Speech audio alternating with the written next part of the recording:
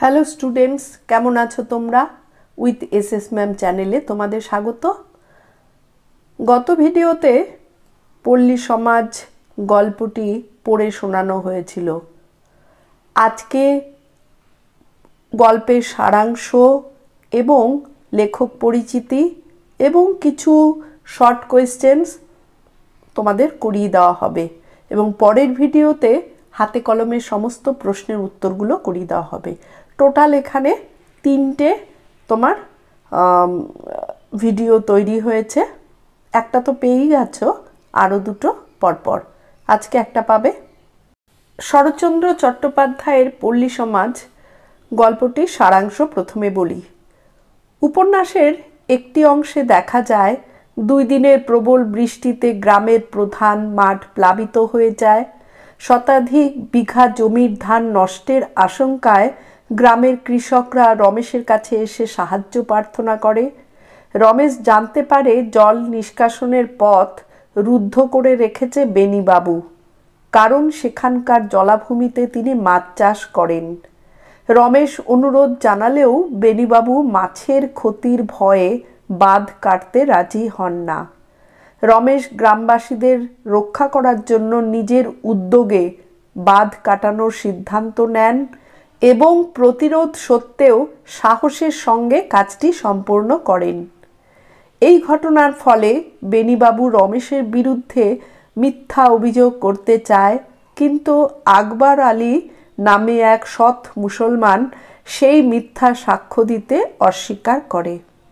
রমেশের সাহস, মানবিকতা ও অন্যায়ের বিরুদ্ধে দৃঢ় অবস্থান আর আকবরের সততা এই অংশের মূল শিক্ষা।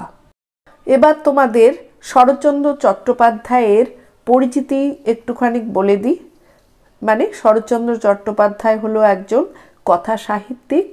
তার জন্ম 1876 সালে এবং উনি মারা যান 1938 সালে। ভারতের অন্যতম জনপ্রিয় বাঙালি ঔপন্যাসিক। তার লেখায় গ্রামীণ সমাজের চিত্র, দরিদ্র মানুষের জীবন সংগ্রাম, প্রেম, মমতা ও মানবিকতার সূক্ষ্ম অনুভূতি ফুটে উঠেছে। সহজ, মর্মস্পর্শী ভাষা ও জীবন্ত চরিত্র চিত্রণের জন্য তিনি আজও সমান জনপ্রিয়। শরৎচন্দ্র চট্টোপাধ্যায়ের প্রধান রচনাগুলোর মধ্যে দেবদাস, চরিত্রহীন, শ্রীকান্ত, গৃহদাহ, পল্লী সমাজ প্রভৃতি উল্লেখযোগ্য। তিনি সহজবোধ্য ভাষা ও মানবতাবাদী দৃষ্টিভঙ্গি সমাজের বাস্তব চিত্র অঙ্কন করেছিলেন বলেই ওনাকে কথা সাহিত্যিক বলা হয়। এবার গল্পের কিছু এমসিকিউ থাকলো, গল্পের মধ্যেকার এমসিকিউ। যেমন 2 দিন পর আবহাওয়া কেমন ছিল? উত্তরে দেওয়া আছে মেঘলা, বৃষ্টি চলছিল, বৃষ্টি থেমেছিল, তুষারপাত। উত্তরে লিখবে বৃষ্টি থেমেছিল। 2 থেকে প্রশ্নটি জল নিষ্কাশনের পথ কোন দিকে ছিল? উত্তরে লিখবে দক্ষিণ দিকে ছিল। কার বাঁধে মাছ চাষ হতো? উত্তর হলো বেণীবাবুর। 4 থেকে প্রশ্নটি বেণীবাবু বছরে কত টাকা রোজগার করতেন মাছ চাষ থেকে? তোমরা গল্পে পড়েছ, সেটা হলো 2 থেকে 300 টাকা। 5 থেকে প্রশ্নটি রমেশ রমাকে কি বলেছিলেন? উত্তর হলো মানবিক ও কর্তব্য বিসর্জন দেবেন না। 6 থেকে প্রশ্নটি কে রক্তমাখা পোশাকে দেখা গিয়েছিল? আমরা জানি রক্তমাখা পোশাকে দেখা গিয়েছিল কাকে? আকবর আলীকে। 7 থেকে প্রশ্নটি বেণীবাবু থানায় মিথ্যা অভিযোগ করতে পাঠান কাকে? উত্তর হবে আকবর আলীকে। 8 থেকে প্রশ্নটি আকবর আলী কি বলেছিল তার উত্তরে? উত্তরে বলেছিল দিদি আদেশ করলে জেল খাটবে। রমেশ কিসের জন্য বাঁধ কাটিয়েছিলেন? উত্তরে লিখবে গ্রামবাসীর ধান রক্ষার জন্যে। আর 10 থেকে প্রশ্নটি এই অংশের প্রধান শিক্ষা কি? উত্তরে লিখবে মানবতা ও সততা। এরপরে তোমাদেরকে কিছু এসএকিউ বা শর্ট কোয়েশ্চেন্স দিচ্ছি, সেটা 20টার মতো আছে। সবই এগুলো কিন্তু ইনসাইড। একের দাগে প্রশ্নটি 2 দিন পর আবহাওয়া কেমন ছিল? উত্তরে লিখবে 2 দিনের অবিরত বৃষ্টির পর অপরাহ্নে বৃষ্টি থেমে গিয়েছিল। 2 দাগে প্রশ্নটি রমেশ কাদের সাথে বসে কি করছিলেন? উত্তরে লিখবে রমেশ গোপাল সরকারের সাথে বসে জমিদারির হিসাবপত্র দেখছিলেন।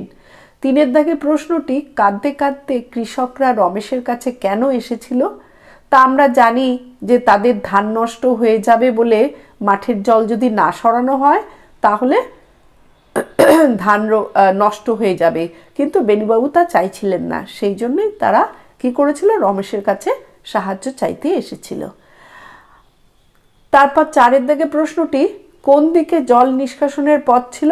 উত্তর হবে দক্ষিণ দিক থেকে জল নিষ্কাশনের ব্যবস্থা ছিল। 5 দাগে প্রশ্নটি বাঁধ ভাঙতে কে বাধা দিচ্ছিলেন? আমরা জানি যে বেণীবাবু বাঁধ কাটতে বাধা দিচ্ছিলেন।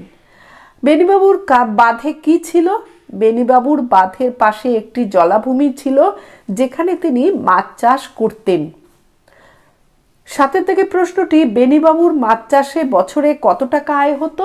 উত্তরে লিখবে বছরে 2 থেকে 300 টাকা আয় হতো। 8 থেকে প্রশ্নটি রমেশ বেণীবাবুর বাড়িতে কখন পৌঁছালেন? উত্তর হবে সন্ধ্যার সময় পৌঁছলেন। 9 দাগে প্রশ্নটি বেণীবাবু রমেশের অনুরোধের উত্তরে কি বলেছিলেন? বেণীবাবু বলেন মাছের ক্ষতির জন্য তিনি বাঁধ কাটতে দেবেন না। 10 দাগে প্রশ্নটি রমেশ বাঁধ কাটানোর জন্য কি সিদ্ধান্ত নেন? উত্তরে লিখবে তিনি জোর করে বাঁধ কাটিয়ে দেবার সিদ্ধান্ত নেন। 11 দাগের প্রশ্নটি রমেশ রমাকে কি বলেছিলেন? উত্তর হবে রমেশ বলেছিলেন মানবিক কর্তব্য বিসর্জন দিতে তিনি রাজি নন। প্রশ্নটা হবে মাসি ঠাকুরঘরে ছিলেন কেন? উত্তরে হবে মাসি ঠাকুরঘরে পূজায় ব্যস্ত ছিলেন। দাসী কি বলেছিল রমেশ সম্পর্কে? উত্তর হবে দাসী বলেছিল ছোটবাবুর তৈরি পথ এত সুন্দর যে সিঁদুর পড়লেও কুড়িয়ে নেওয়া যায়। 14 থেকে প্রশ্নটি চাষিরা রমেশের কিরকম উপকার পেয়েছিল? উত্তরে হবে চাষিরা জল নিষ্কাশনের মাধ্যমে ধান রক্ষা করতে পেরেছিল। 15 থেকে প্রশ্নটি আকবর আলীর পোশাক কেমন ছিল? আকবর আলীর পোশাক রক্তে ভেজা ছিল। বেণীবাবু আকবরকে কি করতে বলেছিলেন? থানায় মিথ্যা অভিযোগ করতে বলেছিলেন যে রমেশ তাকে মেরেছে। 17 দাগে প্রশ্নটি আকবর কেন মিথ্যা সাক্ষী দিতে রাজি হননি? উত্তর হবে আকবর বলেছিল যে সে গরিব হতে পারে কিন্তু মিথ্যা সাক্ষ্য দেবে না। 18 দাগে প্রশ্নটি আকবর কি বলেছিল দিদি ঠাকুরনকে বা রমাকে? উত্তরে হবে আকবর বলেছিল দিদি আদেশ করলে জেল খাটবে কিন্তু মিথ্যা বলবে না। 19 দাগে প্রশ্নটি রমেশের চরিত্রের কোন গুণ এই অংশে প্রকাশ পেয়েছে? উত্তর হবে রমেশের মানবিকতা, সাহস ও অন্যায়ের বিরুদ্ধে দৃঢ়তা প্রকাশ পেয়েছে। 20 দাগে প্রশ্নটি এই অংশের প্রধান শিক্ষা কি? উত্তর হবে সত্য, মানবতা ও ন্যায়ের পথে অটল থাকা। এরপর ছোট ছোট 5টা আরও কোয়েশ্চেন করিয়ে দেওয়া হয়েছে, সবই কিন্তু এগুলো ইনসাইড, হাতে কলমের প্রশ্ন উত্তরগুলো কাল করিয়ে দেব। রমেশ কিসের জন্য চিন্তিত হয়েছিলেন?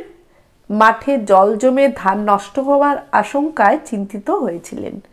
2 দাগে প্রশ্নটি বাঁধ কাটতে বেণীবাবু কেন রাজি হননি? উত্তর হবে মাছের ক্ষতির ভয়ে তিনি বাঁধ কাটতে দেননি। 3 দাগে প্রশ্নটি মাসি কি কারণে কিছু জানতে পারেননি? কারণ হলো মাসি ঠাকুর ঘরে পূজা করছিলেন, তাই কিছু জানতে পারেননি। 4 দাগে প্রশ্নটি রমেশ কিসের জন্য নিজের জীবনের ঝুঁকি নেন? গ্রামবাসীর ধান বাঁচাতে নিজের জীবনের ঝুঁকি নেন। আকবর আলী কিসের প্রতীক? উত্তর হবে সততা ও ন্যায়ের প্রতীক। আর তোমাদের 3টে বড় কোয়েশ্চেন করিয়ে দেওয়া হয়েছে, সেগুলো বলছি। গ্রামবাসীদের সাহায্যের জন্য কি কি করলেন রমেশ? উত্তরে হবে রমেশ মাঠ প্লাবিত দেখে কৃষকদের আকুল আবেদন শুনে বুঝেছিলেন জল সরানো জরুরি। তিনি বেণীবাবুর সাথে কথা বললেও সাফল্য না পেয়ে সাহসের সাথে বাঁধ কেটে দেন, ফলে গ্রামের শতাধিক বিঘা জমির ধান রক্ষা পায়। রমেশ মানবিক দায়িত্ব পালনে আপোষহীন ছিলেন। দুয়ের দিকে প্রশ্নটি, আকবর আলীর চরিত্র বিশ্লেষণ করো। আকবর আলী গরিব মুসলমান হলেও অত্যন্ত সৎ। বেনিবাবুর মিথ্যা অভিযোগ করতে বলার পরেও আকবর তা অস্বীকার করে।